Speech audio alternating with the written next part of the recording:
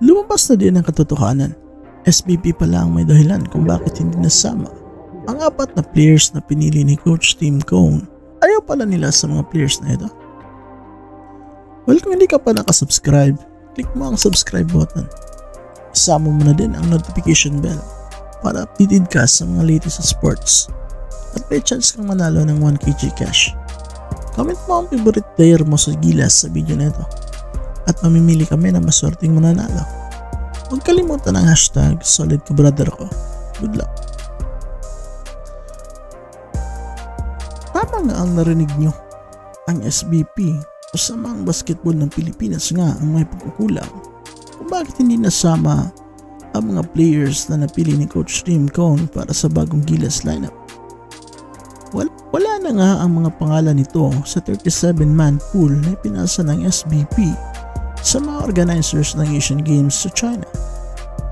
Sa dami ng players na pipilian, hindi talaga nasagi sa isip ng SBP ang 4 na players na na-request ni Coach Tim.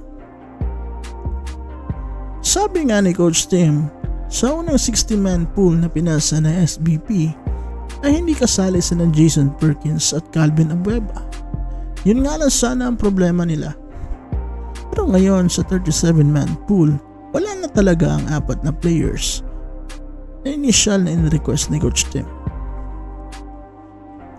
Obvious ang pangsasabotahe ng SBP dahil hindi na nga ang bata-bata nila na si Chot Reyes ang head coach ng Gilas.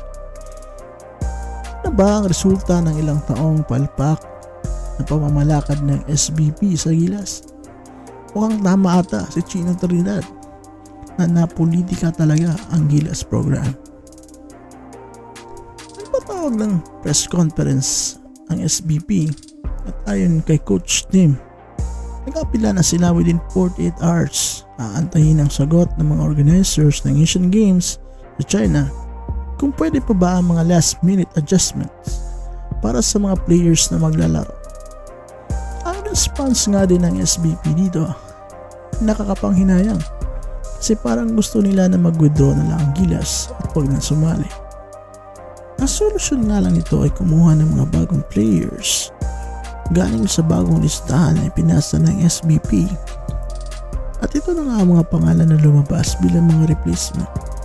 Sina Chris Ross, CJ Perez, Arben Tolentino at Kevin Alas. Dinagdag pa sa problema ang health condition ni R. Pugoy na hindi na pwede maglaro due to health condition kaya naging replacement nito si Marshall Lester. Hirap na si Coach Tim mag-adjust kasi 4 na araw na lang ay umpisa na ng laban. Mas malapit pa nga ang pinagdaanan nitong si Coach Tim sa paghandle ng Gilas. Mukhang totoo nga ang sabi na kahit wala na si Chot Reyes ay nandyan pa din na natili ang problema ng Gilas. Pero sabi nga ni Boss Analysis, itutuloy ng SMC ang laban. Porsigido si Coach Tim at mga players nito na kahit ganito ang sitwasyon ng Gilas ay lalaban pa rin sila. Abangan natin kung ma-approve ba itong appeal ng Gilas Pilipinas sa China. Mukhang may galit pa naman ito. Ang tambakan natin sila sa FIBA World Cup.